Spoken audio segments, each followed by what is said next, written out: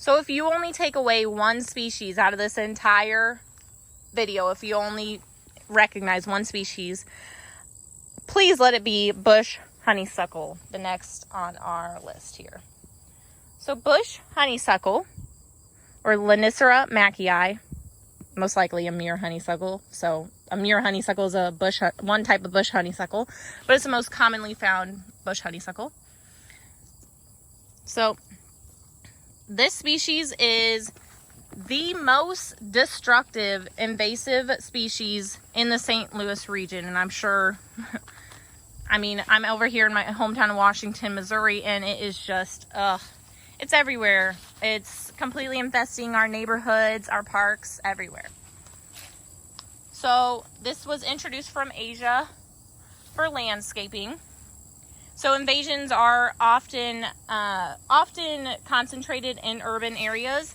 However, it is aggressively spreading to our rural areas, our parks, our everywhere, our natural ecosystems.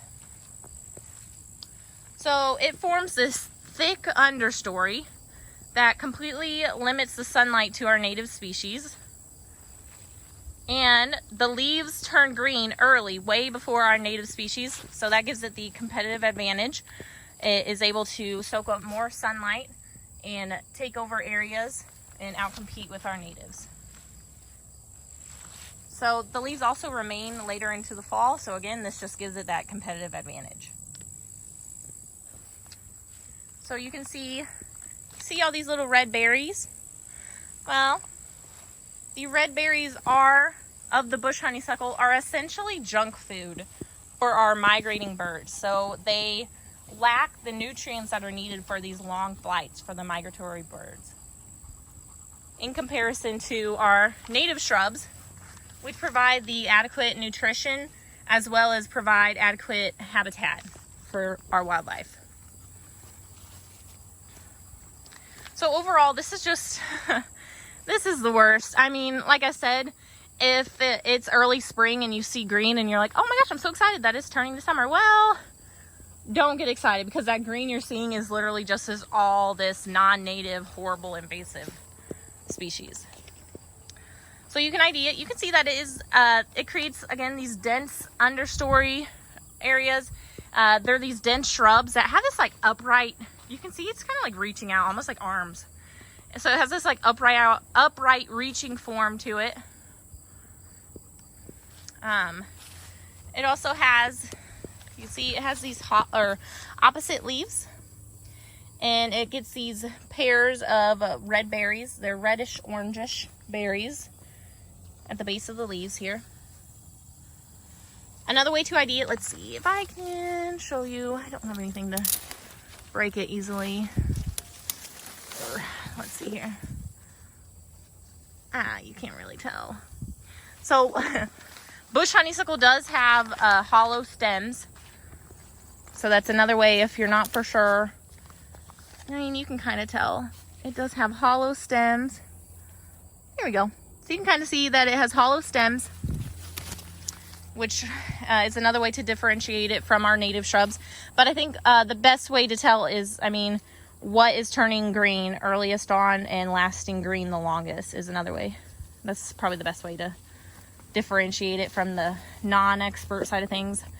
So it also has, so these opposite leaves just, they go to this point. You can see like that. They go to the point there.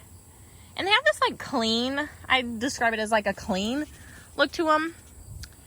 And that kind of brings up another point. So I was saying how the berries provide no nutritional benefits to our wildlife. And with it being this, you know, monoculture, just this single species growing in these thickets, that doesn't provide the habitat that's needed for our wildlife. You're not getting that structural variety, diversity in habitat for our wildlife. As well as, you see how so I was saying it's like this clean look to it. You can see that insects are just not able to utilize this. I mean, that is the biggest point with these non-native species, is our native wildlife, you know, they're not evolved to be able to forage on these exotic species. So you'll see when I say clean, it's because you're not seeing these holes from insects. You're just not seeing it being used by the insects. So to me, like if I have a plant in my garden, I like to see that it's being used by insects. I like to see that, oh my gosh, it's, you know, it's playing an ecological role. So you can see, yes, clearly it's just this clean, non-touched, just almost sterile look to it, you know. So that is how you ID bush honeysuckle. So I'll drive home the point that this just displaces native plants that provide that critical food and habitat. And by reducing the habitat for wildlife, this just totally threatens the future of our woodlands. Just to control bush honeysuckle, you can hand pull the small plants and seedlings. You can cut large plants, the stems to ground level, and apply herbicide.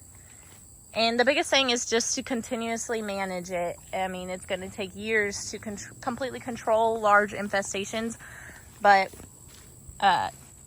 it's just important that if you see this in your own neighborhood or your local areas, you know, maybe volunteer to try to control it. If you see it in your yard, please remove it and control it, and do your best to just keep this under control before it continues to spread into our natural areas.